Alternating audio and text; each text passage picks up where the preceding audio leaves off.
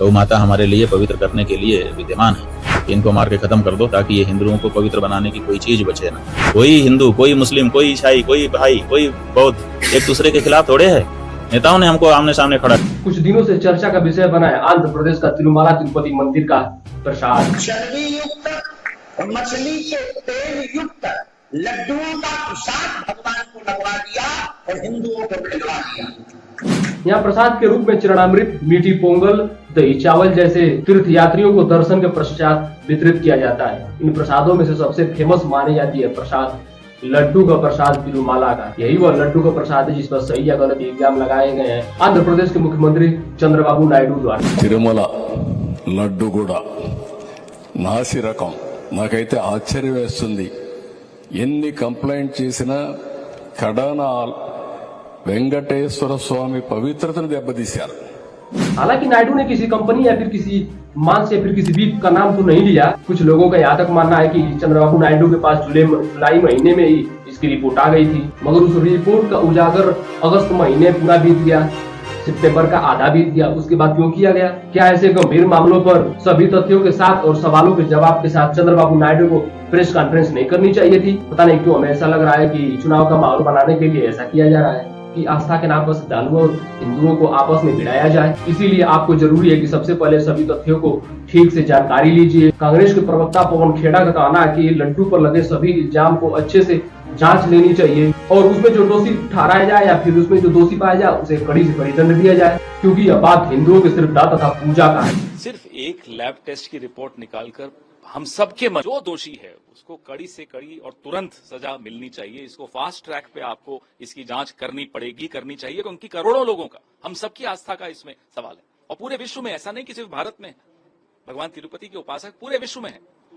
मगर इन सब बातों के बाद सवाल अभी और भी हैं। क्या रिपोर्ट किसी और एजेंसी से भी करवाई गई या फिर एक ही एजेंसी से रिपोर्ट रह गई जिसने ऐसा रिपोर्ट बनाया? सवाल यह भी है कि 2 महीने के पुरानी रिपोर्ट को 2 महीने बाद क्यों जारी किया गया? सोशल मीडिया पर रिपोर्ट के 2 पन्ने वायरल हैं, मगर रिपोर्ट एक ही है। रिपोर्ट एक है मगर दोनों रिपोर्टों पर लैब टेस्ट का रेफरेंस नंबर अलग अलग क्यों है? सवाल तो यह भी उठता है कि यह जानकारी प्रेस कॉन्फ्रेंस कर क्यों नहीं बताई गई, जो बहुत ही बेहद और महत्वपूर्ण सवाल है। कांग्रेस के नेता जगन रेड्डी ने प्रेस कॉन्फ्रेंस कर बताया कि मंदिर में किस रूप से, किस तरह हर हाल में नियमों का पालन होता है। उनका कहना है कि हर 6 महीने बाद मंदिर के टेंडर निकलता है और यह कहानी कल परसों से नहीं है, यह कहानी दशकों से चली आ रही है। हर रोज मंदिर में घी लाने वाले टैंकर अपने साथ NABL यानी राष्ट्रीय परीक्षण अनुसंशोधन प्रयोगशाला बोर्ड का रिपोर्ट अपने साथ लेकर आते हैं। उनका कहना है कि यह रिपोर्ट होगा तभी ट्रक मंदिर परिसर में प्रवेश करेगा तथा इसके बाद हर ट्रक से TTD 3 सैंपल लेती है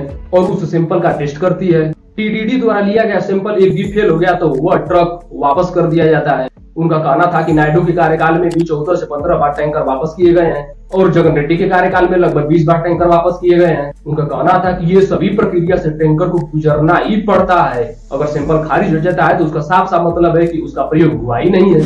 TTD collecting 3 samples from every tanker, compulsory, and all the 3 tests conducted by TTD only when they pass out. Only when they pass out. Only then the tanker is good to go into the temple and where the ingredients could be used to make laddus or different kinds of prasadams.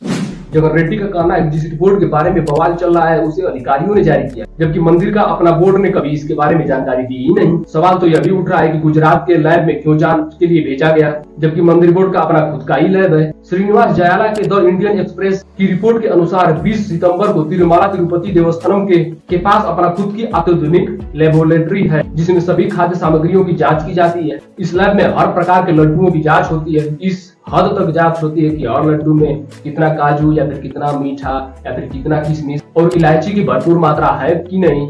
यह भी जांच होती है कि उस एक लड्डू का भार 175 ग्राम है भी या नहीं। ये सब भरपूर मात्रा में लड्डू में उपस्थित होगा तभी उस लड्डू को GI टैग दिया जाएगा। हर दिन लगभग 3.5 लाख लड्डू बनाए जाते हैं तिरुमला तिरुवनंतपुरम के मंदिर में। द इंडियन एक्सप्रेस की रिपोर्ट के अनुसार मंदिर हर 6 महीने में घी खरीदता है और एक साल में लगभग 5 लाख किलोग्राम घी खपत है मंदिर में। मंदिर तथा मंदिर के श्रद्धालुओं का कहना है कि जो भी खाद्य पदार्थ मंदिर प्रयोग करता है उसे एक भारी भयंकर टेस्ट से गुजरना पड़ता है। इसके बाद भी लड्डू का सैंपल हैदराबाद के नेशनल इंस्टीट्यूट ऑफ न्यूट्रिशन में भी जांच के लिए भेजा जाता है और भी बहुत सारी जानकारियां मंदिर बोर्ड लेता है, तभी उस लड्डू को जीआई टैग या उस कंपनी को जीआई टैग मिलता है। अब आप ही बताइए, किसी संस्थान का लड्डू इतनी जांच और इतना दिशा निर्देशों के साथ बनता हो, जहां जिस लड्डू का इतनी ख्याल रखा जाता है, वहां इसके बाद भी क्वालिटी में मिलावट हो सकती है, तब तो क्या ही कहा जा सकता है। नायडू के अनुसार जगन सरकार के दौरान तिरुमला लड्डू भी घटिया सामग्री से तैयार किए जाते हैं और उसमें जो घी है उसकी जगह जानवरों की चर्बी का इस्तेमाल हो रहा है। ये बयान या आरोप क्या सामने आया, सियासी वार पलटवार शुरू हो गया है। हमने तो इंडियन एक्सप्रेस की रिपोर्ट से बताया कि मंदिर के पास अपना खुद का एक आधुनिक लैब है, फिर FSSAI लैब ने इसके लिए अधिकारी क्यों जोर दे रहे हैं, तथा नायडू गवर्नमेंट ने मोदगम सैंपल की जांच बाहर से क्यों करवाई। क्या इस लड्डू के बवाल पर लैब भी कारण हो सकता है इसके पीछे? सच ही बात है, अगर भाई मेरे पास खुद का अपना लैब है तो मैं किसी सैंपल की जांच के लिए किसी और लैब में क्यों जाऊंगा। आपने इस वीडियो में देखा तथा सुना कि इतनी कठिन जांच के बाद तिरुमला तिरुपति मंदिर का लड्डू अर्थात प्रसाद तैयार किया जाता है, जिसको इतनी मेहनत से तैयार किया जाता है, उसमें अचानक से खबर आती है कि मंदिर के लड्डू में एनिमल फैट की चर्बी मिली है, जबकि मंदिर की अपनी प्रयोगशाला ने कभी भी इसके बारे में ऐसी बात नहीं बोली। हो सकता है कि मुख्यमंत्री जी को मालूम है इसके बारे में, लड्डू के बारे में, कि लड्डू में एनिमल फैट मिला है, तभी मुख्यमंत्री जी को तो प्रेस कॉन्फ्रेंस करके बतानी चाहिए थी। यह भी एक सवाल है, जब मंदिर की अपनी खुद की एक प्रयोगशाला है तो मोतियों का शहर, निजामों का शहर, हाईटेक सिटी के नाम से जाना जाने वाला शहर हैदराबाद में भी एक प्रयोगशाला है, तो भूपेंद्र भाई पटेल की नगरी अर्थात गुजरात में जांच के लिए सैंपल को क्यों भेजा गया? ठीक है, मान लेते हैं कि गुजरात ही सैंपल को भेज दिया गया जांच के लिए, इसमें कोई परेशानी वाली बात नहीं है। उसके बाद भी हैदराबाद तथा अन्य शहरों पर लड्डू के सैंपल को जांच के लिए क्यों नहीं भेजा गया? क्या चर्बी की मौजूदगी मिलावट के कारण थी? इन सब सवालों का जवाब वैज्ञानिक लैब ही हो सकता है। सैंपल की रिपोर्ट की एक सूची दी गई है जिसमें बताया गया है कि जिसमें क्या क्या हो सकता है। अभी शंका जताई गई है, अभी उसमें बताया गया नहीं है कि लड्डू में गाय की चर्बी ही है। रिपोर्ट का साफ साफ कहना है कि घी के चर्बी के साथ लड्डू में और भी कुछ सामग्री पाई गई है। 11 प्रकार के वनस्पति तेल के अलावा फिश ऑयल, गाय की चर्बी और सुअर की चर्बी इस संभावित सूची में दर्शाया गया है।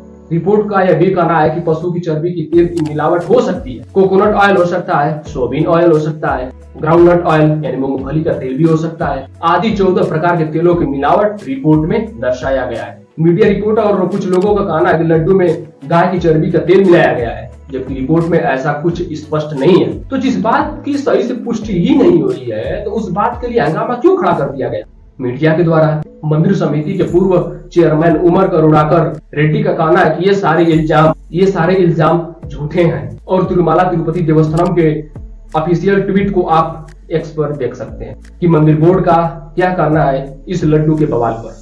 तिरुमला तिरुपति देवस्थानम के प्रशासन तथा संचालन का उदाहरण दिया जाता है देश भर में। इस देवस्थानम के इंतजाम की चर्चाएं होती हैं, आज तक कभी भी उस यहाँ के प्रसाद को लेकर ये इल्जाम नहीं लगाया गया। लड्डू के बवाल पर सही क्या है, जांच क्या है, इसकी गहन जांच होनी चाहिए, क्योंकि यह एक हिंदुओं के आस्था का विषय है। जब तक सरकार द्वारा जांच की सही रिपोर्ट नहीं आ जाती, तब तक कुछ भी कहना संभव नहीं है। वो मीडिया रिपोर्टर हो या फिर कोई आदमी हो या फिर मैं ही क्यों हो, हमें सही जानकारी अर्थात सही जांच के आने तक इंतजार करना चाहिए। कंफर्म नहीं करनी चाहिए कि उसमें गाय की ही चर्बी है या सुअर की ही चर्बी है। तो एजुकेशन की वीडियो में आज के लिए इतना ही, मिलते हैं अगली वीडियो, तब तक के लिए राम राम।